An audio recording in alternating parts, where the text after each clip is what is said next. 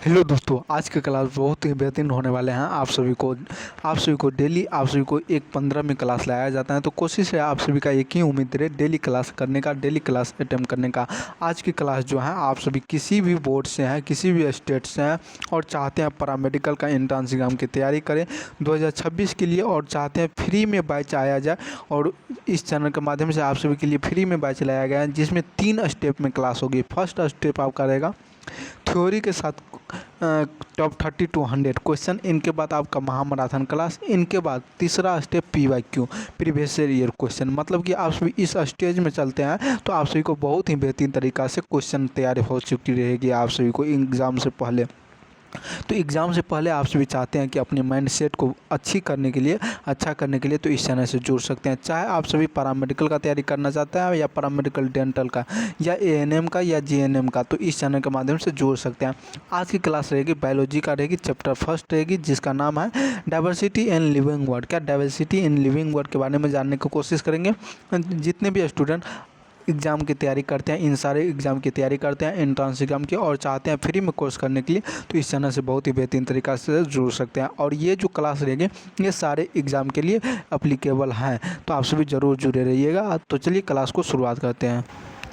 तो चलिए जानते हैं क्या होती है डाइवर्सिटी, क्या विविधता क्या होती है। डाइवर्सिटी के हिंदी में क्या बोलते हैं, विविधता। विविधता क्या होती है, विविधता का अर्थ होता है विभिन्नता या अलग अलग प्रकार का होना। क्या विविधता का मतलब होता है विभिन्नता, विभिन्नता मतलब अलग अलग होना, क्या अलग अलग प्रकार का होना। जब हम जीवों की विविधता के बारे में बात करते हैं, क्या जीवों के विविधता के बारे में, यानी कि अलग अलग जीवों के बारे में बात करते हैं, तो इसका मतलब उठ के आता है कि पृथ्वी पे जितने भी तरह के जीव जंतु हैं, पेड़ पौधे हैं, ये सारे क्या हो गया मौजूद रहती हैं। क्या डाइवर्सिटी में मौजूद रहते हैं, विविधता कहलाती है। क्या कहलाते हैं, विविधता कहलाती है। पृथ्वी पे जितने भी अलग अलग प्रकार के जीव जंतु और पेड़ पौधे हैं, सारे में विविधता होती है। और इनके बाद देखने को मिलेगा, वैज्ञानिकों के अनुसार देखने को मिलेगा, वैज्ञानिकों के अनुमान से देखने को मिलेगा, पृथ्वी पे हमारी जो पृथ्वी है उस पर 1.7 लाख से लेकर के 1.8 लाख तक, यानी कि 17 लाख से लेकर के 18 लाख, 17 मिलियन से लेकर के 18 मिलियन तक, 1.7 से लेकर के 1.8 मिलियन तक या 17 से 18 लाख तक जो हैं जीव मौजूद हैं। क्या हमारे जो पृथ्वी है उन पे 17 से 18 लाख जीव मौजूद हैं हमारे पृथ्वी पे अभी तक, और जिन्हें अभी तक खोजा गया है। क्या अभी तक खोजा गया है कितना, 17 से 18 लाख। किसको, जीवों को। जीव मतलब जितने भी जीव जंतु हैं, पेड़ पौधे हैं जो सांस लेते हैं वो। और इनके बाद और नाम दिया गया है, इन सारे का क्या नाम दिया गया, अलग अलग नाम दिया गया किसको किस में रखना चाहिए। और ये जो है ये सभी जीवों के लिए एक दूसरे से बहुत अलग होते हैं, यानी कि अलग अलग जो जीव होते हैं ये सभी अलग अलग जीवों के एक दूसरे के बहुत ही अलग होते हैं। क्या भिन्नता होती है। अब भिन्नता, विविधता का मतलब हुआ भिन्नता, और भिन्नता मतलब एक दूसरे से अलग होना। इसके बाद देखने को मिलेगा आप सभी को, चाहे उनका आकार हो या रंग हो या रहने का स्थान हो या खाने पीने का आदत है, ये तीनों चीज़ें, चारों चीज़ों में क्या भिन्नता रहेगी। किन किन चीज़ों में, आकार में, रंग में, स्थान में। स्थान मतलब रहने का जगह, रंग मतलब उसका रंग कैसा रहता है, यानी बॉडी का रंग। इनके बाद उनका रहन सहन क्या रहते हैं, क्या खाना पीना कैसा रहता है, उनका आकार स्ट्रक्चर कैसा होता है। आकार मतलब वो स्ट्रक्चर, उसका बनावट कैसा रहता है, ये कहलाती है विविधता। भिन्नता ही विविधता कहलाती है। क्या विविधता कहलाती है बायोडाइवर्सिटी। इनके बाद आती है वर्गीकरण। क्या वर्गीकरण मतलब कि जो विविधता पढ़ते हैं, विविधता जो ये जो अपने पृथ्वी पे है विविधता, और इनका वर्गीकरण किस तरह से वर्गीकरण को सजा करके रखा गया है, क्लासिफिकेशन में बना करके रखा गया है जीव जंतु को।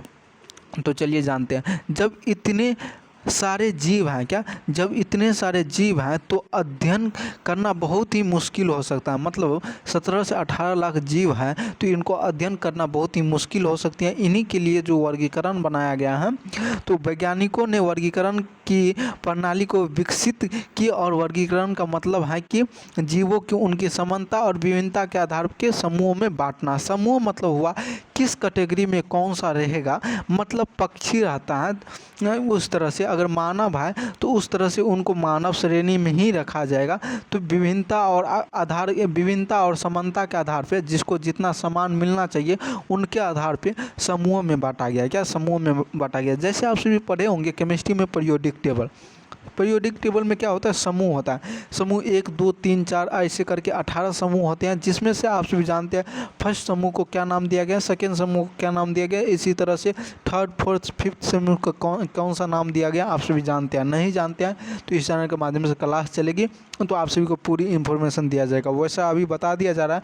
फर्स्ट समूह को क्षारीय धातु बोलते हैं, सेकेंड समूह को क्षारीय मृदा धातु कहते हैं। इस तरह से आगे सारा का पीरियोडिक टेबल में नाम दिया गया। इसी तरह से ये जो समूह 1 में जो है एक ही तत्व नहीं होते हैं, 6-7 तत्व होते हैं। समूह 2 में जो है 4-5 तत्व होते हैं। इस तरह से समानता के आधार पे उनको सजावट करके रखा गया है, किसको? जीवों को। और इस प्रक्रिया के पदानुक्रम यानी कि पदानुक्रम के रूप में होती हैं। क्या ये जो होती हैं पदानुक्रम के रूप में होते हैं, जिसमें सबसे बड़े समूह से लेकर के सबसे छोटे समूह तक जीव रखे जाते हैं। मतलब कि बड़ा समूह के जीव से लेकर के छोटे समूह तक के जीव जो होते हैं उनको रखा जाता है किस क्रम में? पदानुक्रम क्रम में। और पदानुक्रम किस प्रकार का होता है? तो सबसे पहले होती है जगत। क्या जगत होती है? जगत में क्या आते हैं, जिसको क्या बोलते हैं? किंगडम बोलते हैं। ये सबसे बड़े आकार के समूह होते हैं। क्या इसमें बड़े बड़े रह सकता है, बड़े बड़े जीवों, बड़े बड़े पक्षियाँ रह सकते हैं। किसमें? जगत में। इनके बाद संघ आते हैं। जगत से छोटी वाले समूह को कहता है क्या चीज़?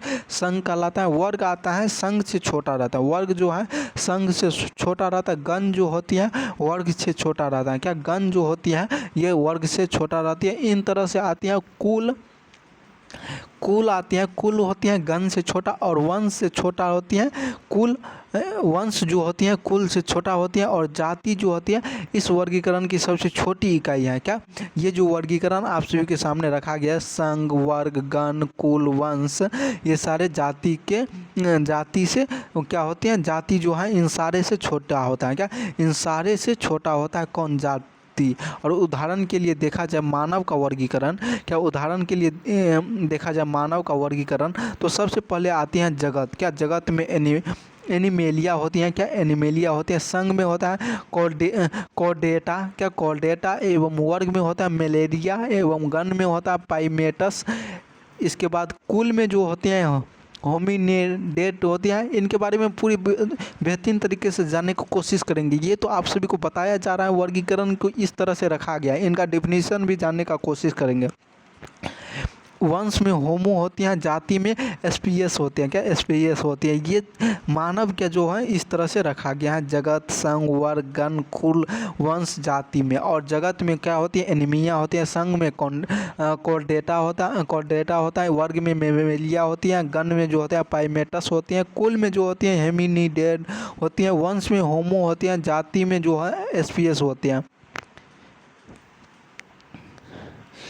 इनके बाद आप सभी को देखने को मिलेगा नामांकन। क्या किस तरह से नामांकन किया गया? क्या प्रत्येक जीव का एक वैज्ञानिक नाम होता है। क्या प्रत्येक जीव का एक वैज्ञानिक नाम होता है, ताकि दुनिया भर में उस नाम से उनको पुकार सकता है, पहचान सकता है। यही नामांकन कहलाती है। किसी भी जीव का एक नामांकन होता है जो वैज्ञानिकों के अनुसार दिया गया है, और उसी के अनुसार से अपना सब अभी किसी को बुलाते हैं या किसी को परचेज करते हैं, उसी नाम से परचेज करते हैं। इनके बाद देखने को मिलेगा द्विपद। क्या द्विपद नामांकन प्रणाली कैरोलस लिनियस नामक वैज्ञानिक ने, क्या कौन सा नामक वैज्ञानिक था? कैरोलस लिनियस नामक वैज्ञानिक जो था ये दी थी कि प्रणाली के अनुसार हर जीव का नाम जो होती है ना 2 हिस्से होते हैं। क्या हर जीव का नाम 2 हिस्सों में रखा गया है, यानी कि 2 नाम होती है। किसके अनुसार? कौन सा वैज्ञानिक के अनुसार? तो कैरोलस लिनियस के अनुसार। ये जो है आप सभी को ऑब्जेक्टिव में टकराने को देखने को मिलेगा, और यही प्रीवियस ईयर क्वेश्चन में देखने को मिलेगा, और वही आपके एग्जाम में देखने को मिलेगा। तो पहला हिस्सा में वंश आती है, दूसरा हिस्सा में जाति आती है। पहला हिस्सा में वंश का नाम दिया जाता है और दूसरा हिस्सा में जाति का नाम दिया जाता है। उदाहरण के लिए देखा जाए तो वंश क्या होती है और जाति क्या होती है आप सभी जानते हैं। और वंश में मनुष्य को क्या बोला जाता है और जाति में क्या बोला जाता है। मनुष्य के जो वैज्ञानिक नाम होती हैं होमो स्पेनिस क्या एस्पेयस। और इसके बाद आती है आम का वैज्ञानिक नाम मैंगीफिया इंडिका क्या मैंगीफेरा इंडिका। आप सभी जानते हैं आम का एक वैज्ञानिक नाम होता है स्पेसिफिक नेम होता है जिसको क्या बोला जाता है मैंगीफेरा इंडिका। और उसी तरह से मनुष्य का भी होता है उसको क्या बोलता है होमोस्पियस क्या होमोस्पियस बोलते हैं सेपियस बोलते हैं क्या बोलते हैं होमोसेपियस बोलते हैं। जो मनुष्य का वैज्ञानिक नाम होता है उसको होमोसेपियस बोलते हैं। जो एग्रीकल्चर सेक्टर में है वो जानते होंगे आम का वैज्ञानिक नाम आम का साइंटिफिक नाम क्या होता है मैंगीफेरा इंडिका होती हैं।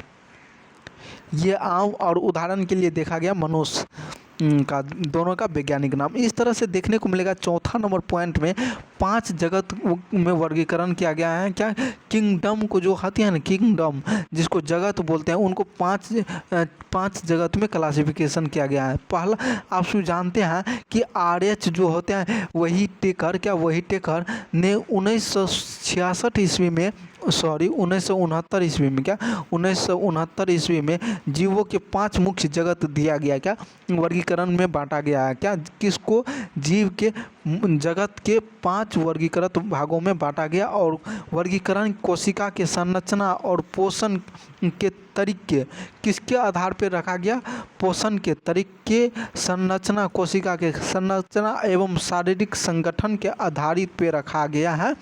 किनको तो जगत को किन किन आधारों पे कोशिका की संरचना पोषण के तरीके और शारीरिक संगठन के अनुसार 5 जगत में वर्गीकरण जगत को बांटा गया है 5 भागों में जगत को वर्गीकरण किया गया है। और कौन कौन सा 5 जगत हैं तो चलिए जानते हैं। पहला जगत जो होती है वो आती है मोनेरा क्या जगत मोनेरा किंगडम मोनेरा। ये कहती हैं सबसे सरल और एक कोशिकीय जीव होती हैं। मोनेरा जो होती हैं जगत में जो पहला वर्गीकरण है मोनेरा ये जो होती हैं एक कोशिकीय जीव होती हैं। इसमें स्पष्ट केंद्रक नहीं होते हैं क्या इसमें स्पष्ट केंद्रक नहीं होता है। उदाहरण के लिए देखा जाए तो जीवाणु और नील हरित शैवाल क्या जीवाणु और नील हरित शैवाल इनका उदाहरण है क्या किनका जगत मोनेरा का। मोनेरा में क्या होते हैं ये एक कोशिकीय जीव होती हैं इसमें स्पष्ट केंद्रक नहीं होता है। और ये इसका उदाहरण हुआ जीवाणु में स्पष्ट केंद्रक नहीं होता है यह एक कोशिकीय जीव है। नील हरित शैवाल ये एक कोशिकीय जीव होते हैं इसमें स्पष्ट केंद्रक नहीं होता है इसीलिए इनको किस में रखा गया जगत मोनेरा में रखा गया। इनके बाद आता है आप सभी के सामने जगत प्रोटिस्टा क्या जगत प्रोटिस्टा किंगडम प्रोटिस्टा ये एक कोशिकीय होते हैं क्या ये भी एक कोशिकीय होता है। जगत प्रोटिस्टा जो है ये भी एक कोशिकीय होते हैं जो आप सभी जानते हैं जगत में पढ़े 5 वर्गीकरण में बांटा गया। पहला वर्गीकरण पढ़ चुके हैं मोनेरा और दूसरा है प्रोटिस्टा। प्रोटिस्टा भी एक जगत एक कोशिकीय होते हैं इसमें स्पष्ट केंद्रक भी होते हैं क्या इसमें स्पष्ट केंद्रक भी देखने को मिलेगा। और इनके बाद इसमें देखने को मिलेगा इनमें कुछ सोपोसी भी होता है क्या जगत प्रोटिस्टा में जो होते हैं कुछ सोपोसी भी होते हैं कुछ परपोसी भी होती हैं क्या कुछ जो होती हैं जीव परपोसी भी होते हैं। सोपोसी मतलब होता है अपना भोजन खुद बनाना और परपोसी मतलब होता है किसी दूसरे जीवों पर निर्भर रहना जैसे अमीबा और पैरामीशियम इनका केंद्रक भी होता है और एक कोशिकीय जीव भी होती है ये सोपोसी भी होती हैं और परपोसी भी होती हैं। इनके कारण देखने को मिलेगा इनके बाद फंजाई क्या जगत फंजाई पहला आप सभी पढ़े मोनेरा दूसरा अभी बोले प्रोटिस्टा। इनके बाद फंजाई जो होती हैं फंगी जिसको बोलते हैं किंगडम फंगी ये एक बहुकोशिकीय होती हैं क्या आप सभी इनसे पहले 2 टॉपिक पढ़े वो होती हैं एक कोशिकीय। ये जो फंगी होती हैं ये बहुकोशिकीय होती हैं इनमें कोशिका भित्ति भी होती हैं क्या, सेल वॉल भी होती हैं, लेकिन इसमें अपना भोजन खुद नहीं बनाता है। ये जो होती है फंगी, ये अपना भोजन खुद से नहीं बनाती हैं। ये मृत और सड़े गले पदार्थों से पोषण करता है। ये किससे पोषण करता है, सड़े गले पदार्थ या मृत पेड़ पौधा से अपना क्या करता है, भोजन बनाता है। और ये मृत क्या कहलाती है, मृत पोषी कहलाती है। इस तरह के जो पोषण होती है वो क्या कहलाती है, मृत पोषी कहलाती है। उदाहरण के लिए देखा जाए, खमीर जिसको ईस्ट बोलते हैं, कवक जिसको मशरूम बोलते हैं। इसके बाद देखने को मिलेगा जगत प्लांटी। क्या जगत प्लांटी क्या होती है, इनमें सभी पेड़ पौधे आते हैं। क्या जगत प्लांटी में सभी प्रकार के पेड़ पौधे आते हैं। ये एक बहुकोशिकीय सोपोषी होते हैं। क्या ये एक बहुकोशिकीय सोपोषी होते हैं जो प्रकाश संश्लेषण के द्वारा अपना भोजन बनाते हैं। क्या प्लांटी जो होते हैं प्रकाश संश्लेषण के द्वारा अपना भोजन बनाते हैं। ये एक बहुकोशिकीय होती हैं और सोपोषी भी होते हैं। सोपोषी मतलब खुद से भोजन बनाना। क्या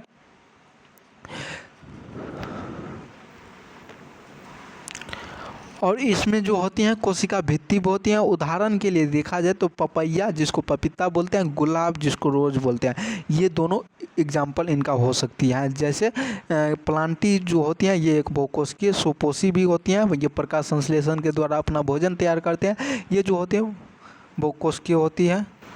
आप सभी जान गए प्लांटी में क्या आते हैं, सभी प्रकार के पेड़ पौधे आते हैं। ये बहुकोशिकीय होते हैं। प्रकाश संश्लेषण जैसे भी आप सभी जाने कि प्रकाश संश्लेषण द्वारा भोजन बनाया जाता है, तो क्या कौन सा आएगा, तो पेड़ पौधा आएगा। पेड़ पौधा क्या करता है, अपना भोजन किसके माध्यम से बनाता है, तो प्रकाश संश्लेषण के माध्यम से बनाता है। तो प्लांटी के अर्थ से भी समझ में आता होगा कि प्लांट क्या प्लांट में क्या आता है, पेड़ पौधा। जैसे पपीता, गुलाब, इस तरह से आम का पौधा, कोई भी पेड़ पौधा ले सकते हैं जो क्या होते हैं बहुकोशिकीय होती हैं, जो खुद से भोजन बनाते हैं। इसमें कोशिका भित्ति भी होती है। क्या इसमें कोशिका भित्ति होती है, किसमें, प्लांटी में। इनके बाद देखने को मिलेगा अगला स्टेप, लास्ट स्टेप जो होती है जगत का पचमा, जिसको एनीमिया बोलते हैं। क्या एनीमेलिया बोलते हैं। क्या बोलते हैं, एनीमेलिया बोलते हैं। एनीमेलिया क्या होती है, एनीमेलिया ये सभी जीव जंतु के लिए उपलब्ध है। एनीमेलिया जो होते हैं, प्लांटी आप सभी पढ़े थे पेड़ पौधा, एनीमेलिया एनिमल आता है। एनिमलिया में क्या होती है, एनिमल। यहाँ पे आप सभी इंग्लिश नाम देखिए, एनिमल होती हैं। क्या एनिमल लिया, क्या एनिमेलिया, जिसको एनिमल भी आप सभी अपने आसान भाषा में समझे तो बोल सकते हैं। और इनमें सभी प्रकार के जीव जंतु आते हैं। एनिमेलिया में जो होते हैं कौन कौन सा आता है, सभी प्रकार के जीव जंतु। जगत में जो लास्ट स्टेप एनिमेलिया होते हैं, इसमें सभी प्रकार के जीव जंतु आते हैं जो बहुकोशिकीय परपोषी होते हैं। परपोषी मतलब कि दूसरे पर भोजन आधारित रहना। क्या भोजन खाने के लिए, भोजन बनाने के लिए दूसरे पर निर्भर रहना। क्या भोजन के लिए दूसरे पर निर्भर रहना। परपोषी मतलब होता है बहुकोशिकीय। ये जो जीव होते हैं, जीव जंतु, ये एक बहुकोशिकीय होते हैं। जैसे प्लांटिंग भी बहुकोशिकीय होते हैं। और इसके बाद देखने को मिलेगा ये कोशिका भित्ति नहीं होते हैं। इसमें जो होते हैं कोशिका भित्ति नहीं होता है। किसमें, एनिमल में। एनिमल में मतलब जीव जंतु में जो होती हैं नहीं होती हैं कोशिका भित्ति। इनके बाद उदाहरण के लिए देखा जाए मनुष्य और शेर। क्या मनुष्य और शेर, शेर तो आ गया एनिमल में, मनुष्य क्या हो गया, जीव में। क्या जीव में आ गया, जीव जंतु मतलब कि जीव के बारे में भी अध्ययन करना पड़ेगा, जंतु के बारे में। तो जीव क्या हो गया, मनुष्य, और जंतु क्या हो गया, शेर, बाघ, इस तरह से जितना भी जानवर है सारा आ गया जंतु में। और जीव में जितना भी मनुष्य है, ह्यूमन है, वह आ जाता है जीव में। उदाहरण के लिए आप सभी ये दोनों देख लिए। ये जो होते हैं कोशिका भित्ति इसमें नहीं होते हैं। ये जो होती है बहुकोशिकीय होती हैं, परपोषी होते हैं, दूसरे पर निर्भर रहती हैं। ये वर्गीकरण जीवों के जो होती हैं अध्ययन और आसान और व्यवस्थित बनाता है। कौन, एनिमेलिया। ये वर्गीकरण अभी अपना सब पढ़े जगत। इनके बाद आता है वर्गीकरण का वैज्ञानिक के आधार पे महत्व। क्या वर्गीकरण जो हुआ इसके वैज्ञानिक आधार के महत्व क्या होते हैं। वर्गीकरण केवल जीवों का समूह में बांटने का प्रक्रिया नहीं है। क्या ये जो वर्गीकरण होती हैं ये कहती हैं कि सिर्फ जीवों के लिए, समूह के लिए बांटने का प्रक्रिया नहीं है, बल्कि ये एक जटिल वैज्ञानिक तरीका है। क्या ये एक जटिल वैज्ञानिक तरीका है जो क्या कहते हैं, विकासीय संबंधों पर आधारित है। क्या जैसे जैसा विकास करता है उस तरह से अलग अलग वर्गीकरण किया गया है। तो जैसे आप सभी को पहला स्टेप देखने को मिलेगा समानता और विभिन्नता का वर्गीकरण। क्या समानता और विभिन्नता का वर्गीकरण, विभिन्नता में जीव जो होती है, वैज्ञानिक ने यह देखा कि कुछ जीव में एक ऐसा शारीरिक संरचना होती है कि वैज्ञानिकों ने देखा, जब रिसर्च करना शुरू किया तो वैज्ञानिकों ने देखा कुछ जीवों में रीढ़ की हड्डी, क्या रीढ़ की हड्डी शारीरिक संरचना में देखा, रीढ़ की हड्डी भी होती हैं, क्या रीढ़ की हड्डी भी होती हैं। किस में देखा? जीवों में। कहाँ पे देखा? जब शारीरिक संरचना देखना शुरुआत किया वैज्ञानिकों ने, तब रीढ़ का हड्डी देखने को मिलेगा। जबकि कुछ अलग अलग होती हैं, क्या कुछ जो होती हैं अलग होती हैं, और इसी आधार पे उन्हें अलग अलग समूहों में रखा गया। क्या इसी के आधार पे क्या किया? अलग अलग समूह में रखा गया, समानता और विभिन्नता के आधार पे।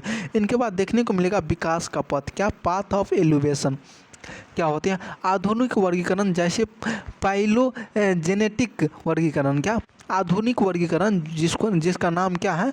पाइलोजेनेटिक वर्गीकरण। ये जो जीव विकासीय इतिहास को दर्शाता है, क्या ये जो जीव होते हैं ये विकासीय विकास के जो होती हैं इतिहास को दर्शाता है। और ये जो होती हैं एक प्रकार के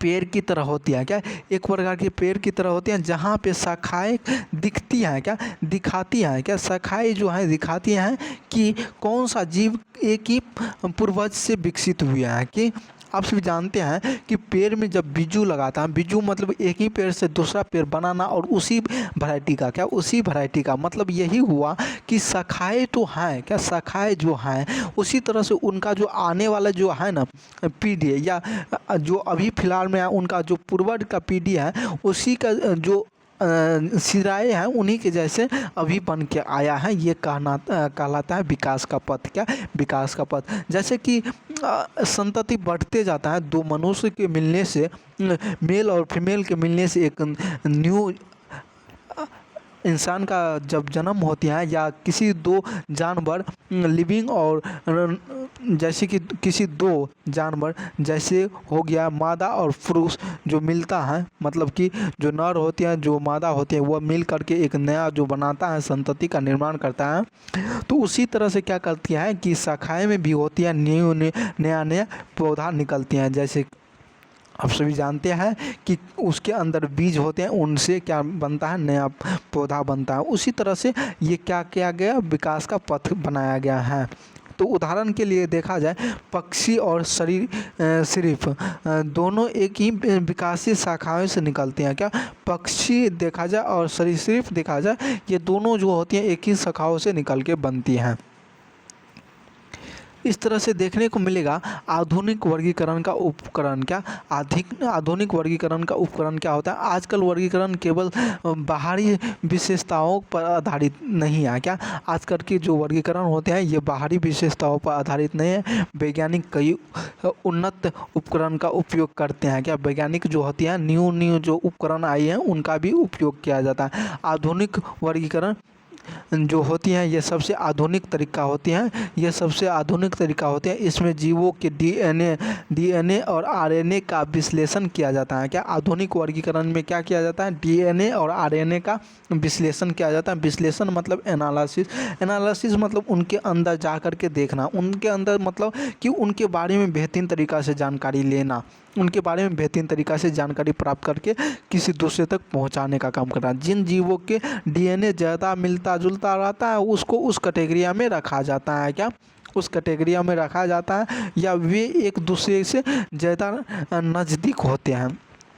मतलब आप सभी जानते होंगे अभी फ़िलहाल में डीएनए आरएनए चेक करके क्या किया जाता है कि कौन सा बच्चा किसका है, उसके अनुसार से उनको दिया जाता है। आप सभी जानते हैं ये अभी भी, और ये जो है फ़िलहाल में चल रहा है डीएनए आरएनए के अनुसार बांटा जाता है किसको किसको देना चाहिए, कौन सा किसका है। कोशिका विज्ञान, क्या कोशिका विज्ञान क्या होती है? इसमें कोशिका की संरचना, गुणसूत्रों की संख्या और उनके व्यवहार का अध्ययन किया जाता है। मतलब हुआ कोशिका विज्ञान मतलब हुआ कि कोशिका की संरचना कैसा है, गुणसूत्रों की संख्या कितनी है, उनके व्यवहार का अध्ययन कैसा है, उनके आधार पे कोशिका विज्ञान कहलाती है, उनके आधार पे रखा जाता है। इनके बाद आता है जीवाश्म विज्ञान। क्या जीवाश्म विज्ञान क्या होता है? तो जीवाश्म विज्ञान में अध्ययन करने के लिए हम यह पता लगा सकते हैं कि कोई भी जीव जो होती हैं लाखों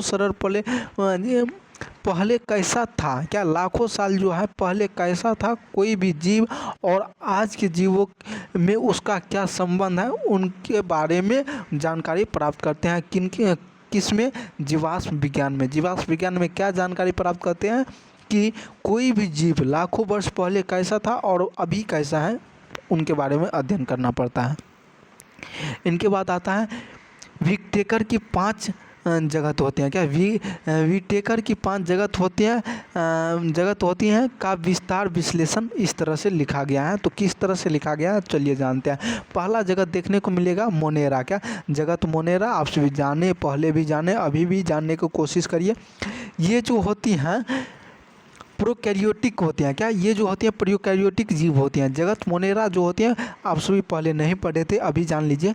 ये जो जगत मोनेरा जो होती हैं प्रोकैरियोटिक जीव होती हैं और इसका मतलब होता है कि नाभिक, न्यूक्लियस जिसको बोलते हैं, कि चारों ओर कोई झिल्ली नहीं होते हैं। न्यूक्लियस के चारों ओर मतलब क्या हो गया, नाभिक मतलब कि केंद्रक के चारों ओर जो होती हैं कोई झिल्ली नहीं होते हैं। इनका डीएनए कोशिका द्रव में बिखरा हुआ रहता है। इनका जो डीएनए होते हैं कोशिका द्रव में क्या होते हैं, बिखरा, मतलब कि वो खुला हुआ रहता है कि उलझुला रहता है। क्या होती है, डीएनए कोशिका द्रव में बिखरा हुआ रहता है। बिखरा मतलब आप सभी समझ गए कि क्या होता है। बिखरा मतलब जैसे आप सभी जानते हैं कि क्लास में सारे स्टूडेंट प्रेजेंट रहता है। जब क्लास में छुट्टी होती है तो सारे आदमी अपने अपने घर जाने लगते हैं, तो क्या होती है, बिखर जाती है। यही हुआ। और ये सबसे पुराने और सरलतम जीवों के लिए माने जाते हैं। कौन? मोनेरा। और ये क्या होती है, प्रोकैरियोटिक जीव होता है। इनके बाद आता है जगत प्रोटिस्टा। क्या जगत प्रोटिस्टा क्या होता है, जिसको यूकैरियोटिक बोलते हैं। क्या प्रोटिस्टा को यूकैरियोटिक बोलते हैं। इसका मतलब होता है कि इनमें पास झिल्ली से घिरा होता है। क्या इनके जो होती हैं पास में झिल्ली से घिरा होता है। कहाँ पे?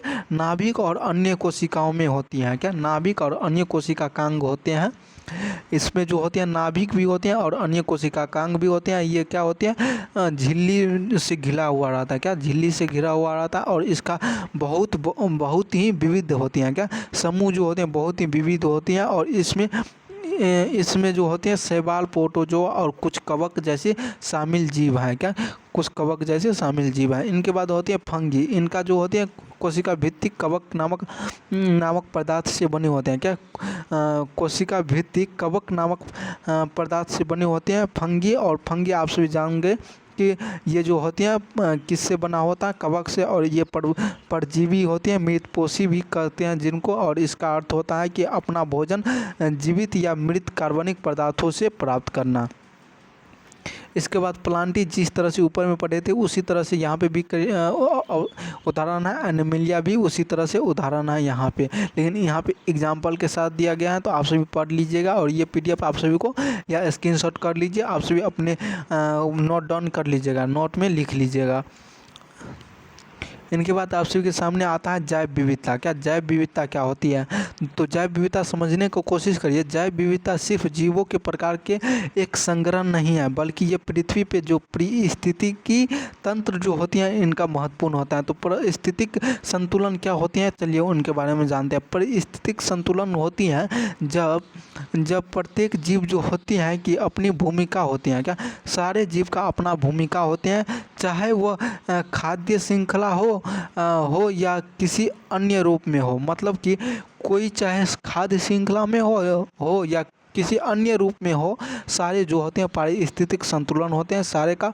तो चलिए जानते हैं मानव का उपयोग कहाँ कहाँ होता है। हमें भोजन के लिए, दवाइयों के लिए, लकड़ी के लिए और अन्य वस्तुओं जैसे जैव विविधता से शामिल होता है। क्या जैव विविधता से शामिल होता है। इसके बाद होता है अनुसंधान। अनुसंधान क्या होते हैं, जैव विविधता में छिपी हुई नई दवाएं, फसलें और तकनीकी समाधान खोजने के आसानी से संभावनाएं होते हैं, उसी को अनुसंधान बोलते हैं। और पर्यावरण स्थिरता, जैव विविधता में भरा हुआ स्वास्थ्य और पारिस्थितिकी तंत्र पर्यावरण और परिवर्तनों को बेहतर सामना कर सकता है। क्या पर्यावरण की जो स्थिरता होती है यह बेहतर सम्मान को अपना एक पर्यावरण को बहुत ही बेहतरीन तरीक़ा से परिवर्तन कर सकती है और स्वास्थ्य परिस्थिति तंत्र को शुरुआत सही भी कर सकती हैं। ये सारे किस में आती हैं? जैव विविधता में आती हैं। ये क्या होती हैं? जैव विविधता से भरा हुआ रहता है क्या चीज़? स्वास्थ्य पारिस्थितिक तंत्र और पर्यावरण परिवर्तन और बेहतर सम्मान कर सकता है। कौन? पर्यावरण स्थिरता। इनके बाद आप सभी को देखने को मिलेगा वर्गीकरण, क्लासिफिकेशन। जिस तरह से ऊपर में पढ़े थे उसी तरह से यहाँ पे भी लिखा गया है। वर्गीकरण के कितने आधार होते हैं? तो यहाँ पे लिखा गया है 5 कितना आधार होती हैं? तो चलिए जानते हैं अलग अलग आधार का नाम। तो सबसे पहले आप सभी को देखने को मिलेगा कोशिका की संरचना। क्या जीव प्रोकैरियोटिक के बिना स्पष्ट केंद्रक होते हैं? क्या प्रोकैरियोटिक मतलब हुआ बिना स्पष्ट केंद्रक के। क्या प्रोकैरियोटिक का मतलब हुआ स्पष्ट केंद्रक के। तो कोशिका संरचना जो होती है क्या जीव प्रोकैरियोटिक या यूकैरियोटिक स्पष्ट केंद्रक के साथ होता है? शारीरिक संगठन। इसके बाद होते हैं कोशिका शारीरिक संगठन में देखने को मिलेगा एक कोशिकीय और बहुकोशिकीय, और इनका जो होते हैं पोषण तरीका जो होती है स्वपोषी मतलब हुआ खुद से भोजन बना, परपोषी मतलब दूसरे पर निर्भर रहना। इनके बाद देखने को मिलेगा वर्गीकरण के पदानुक्रम किस तरह से रखा गया है वर्गीकरण को। तो जगत संघ आप सभी पढ़े हैं, तो इनको परिभाषा के अनुसार समझ सकते हैं कि जगत क्या होते हैं। सबसे बड़ा और सबसे व्यापक समूह सभी जीवों के 5 मुख्य जगत होती हैं बांटा गया है। तो यहाँ पे 5 जगह का नाम लिखा गया: मोनेरा, प्रोटिस्टा, फंगी और प्लांटी एवं एनिमेलिया। और इनके बाद होती हैं संघ के बाद यानी कि जगत के बाद संघ आती हैं, और इनको शारीरिक संगठन के समानता के आधार पे संघों में बांटा गया है। क्या?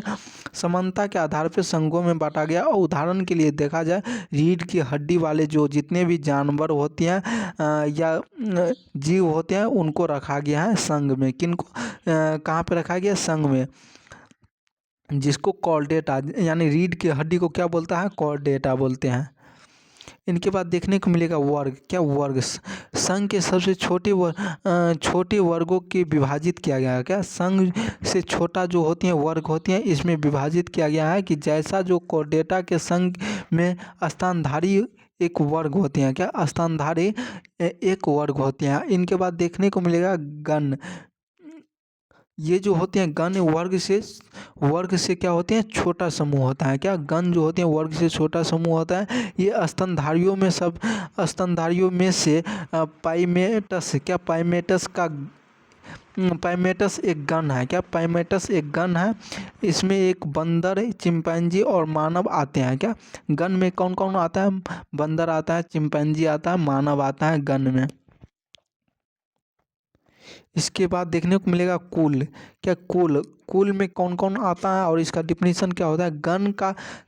गण को और छोटे समूह कुल में बांटा गया है। क्या? कुल में बांटा गया है, यानी कि कुल जो होती हैं गण से छोटा होती हैं, इसलिए कुल में बांटा गया है कि प्राइमेट्स में से होमिनिडे। क्या? होमिनिडे मानव के कुल है। क्या? होमिनिडे मानव का कुल है। वंश क्या होती है? कुल से छोटा होता है। वंश जो होती है कुल से छोटा होता है। इसमें कई संबंधित प्रजातियां शामिल हैं। क्या? वंश में जो होते हैं कई प्रकार के संबंधित प्रजाति शामिल है। जैसे मानव का वंश होमो है। क्या? मानव का जो वंश होते हैं जिसको होमो बोला जाता है। इनका बात आती है जाति क्या होती है? वर्गीकरण के सबसे छोटी इकाई होती है, और ये जाति जीव के आपस में प्रजनन करता है। क्या? जीव जो होती हैं आपस में प्रजनन करके उपजाऊ संतान पैदा करता है। मतलब कि आपस में जो प्रजनन करती हैं जिससे नया संतान का उत्पन्न होते हैं, यही कहलाती हैं जाति। और मानव जाति पे सेपियंस हैं। क्या? ये जो होते हैं मानव की जाति पे सेपियंस हैं। तो ये क्लास थ्योरी क्लास आप सभी को कैसा लगा? फर्स्ट क्लास आप सभी को कैसा लगा बायोलॉजी का? और आप सभी कमेंट करके ज़रूर बताइएगा। आप सभी को इसी तरह से लाया जाएगा, और जो भी स्टूडेंट पैरामेडिकल, ANM, GNM एवं अलग डिपार्टमेंट का एग्ज़ाम का तैयारी करते हैं, पैरामेडिकल डेंटल का तैयारी करते हैं, तो इस चैनल से जुड़ सकते हैं। जितने भी प्रकार के एंट्रेंस एग्जाम होते हैं किसी भी स्टेट से हैं आप सभी तो जुड़ सकते हैं इस चैनल के माध्यम से। आप सभी के लिए इसी तरह से बेहतरीन क्लास लाया जाएगा और बेहतरीन तरीक़ा से जानकारी दिया जाएगा। आज की क्लास कैसा लगा आप सभी ज़रूर कमेंट करके बताइएगा। और आज की क्लास में यहीं तक रखते हैं, अगले क्लास में आएंगे तो इस पर टॉप 30 to 100 क्वेश्चन करने का कोशिश करेंगे। तो जय हिंद।